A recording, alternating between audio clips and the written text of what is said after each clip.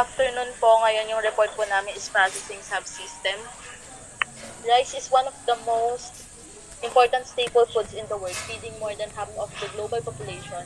But before the rice reaches our table, it undergoes several processing stages to transform it from harvested paddy to edible grain.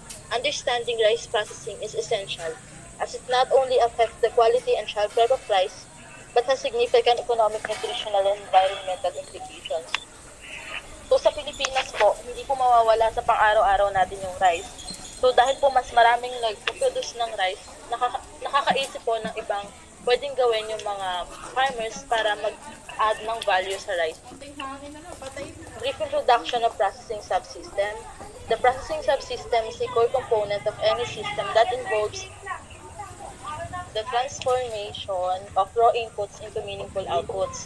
In agricultural, industrial, or information system, this subsystem is responsible for executing tasks, applying operations, or conducting treatments that converts raw materials, data, or inputs into financial or intermediate products. So yung processing subsystem, dito na yung mag-a-add sila ng primary and secondary processing para sa consumption ng tao. So sa processing secondary, ang iniisip nilang gawin is putol dahil mahilig na tayo sa rice, so why not gawin na kakanin? There are two stages of processing. First is the primary subsystem. Primary processing involves the basic steps that converts raw paddy into white or brown rice suitable for consumption. This includes cleaning, drying, dehusking, and polishing. The secondary naman involves transforming rice into value-added products. This includes parboiling, producing rice flour, rice noodles, puffed rice, and other food industrial products derived from rice and its byproduct. Nag-interview po kami ng dalawa po na nagsasell ng rice and then nagda-dry ng rice. So sa semi po, hindi po kami nakahanap kasi ng nag-rice flour. Kaya nag-proceed na po kami sa secondary, which is yung mga naggagawa and nagtitinda po ng puto.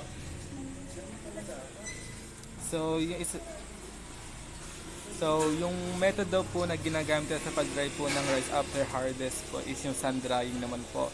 So, how long do you usually dry your rice before milling po? So, nakadepende daw po yun sa panahon kung kailan ito patutuyuin. The rice should be dry before putting it back into the storage because if it's kept for too long while it's still moist, it might get spoiled or rot.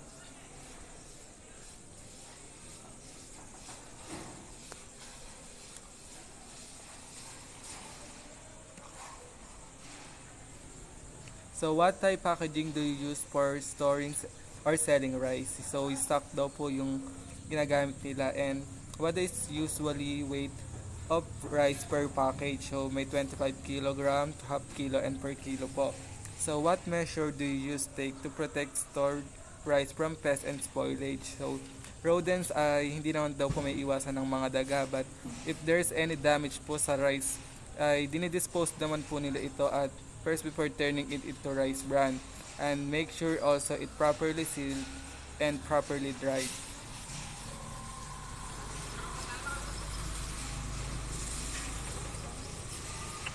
So next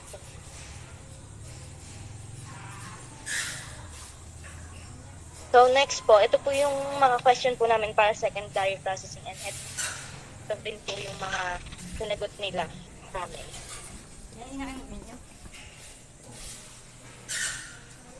So first, what is shelf life of your kakaning product? So ito po yung sinagot nila. Normal temperature, 1 to 2 days. Refrigerated, 3 to 5 days. Next po, what challenges do you encounter in processing kakanin? Ang sagot po nila is ingredient cost, poor customer, around afternoon, and short shelf life because of hot weather. Siyempre po, sa kakanin nga po, hindi nga din po siya nagtatagal gaano dahil lalo na po sa init ng panahon niya. So, ito po yung photo documentation po ng mga in-interview namin. Nag-interview po kami dito ng nagtitinda ng bigas, nagkikis ng bigas, nagbabayo, gano'n. Then, ito po yung sa nagtitinda ng puto. Yun lang po.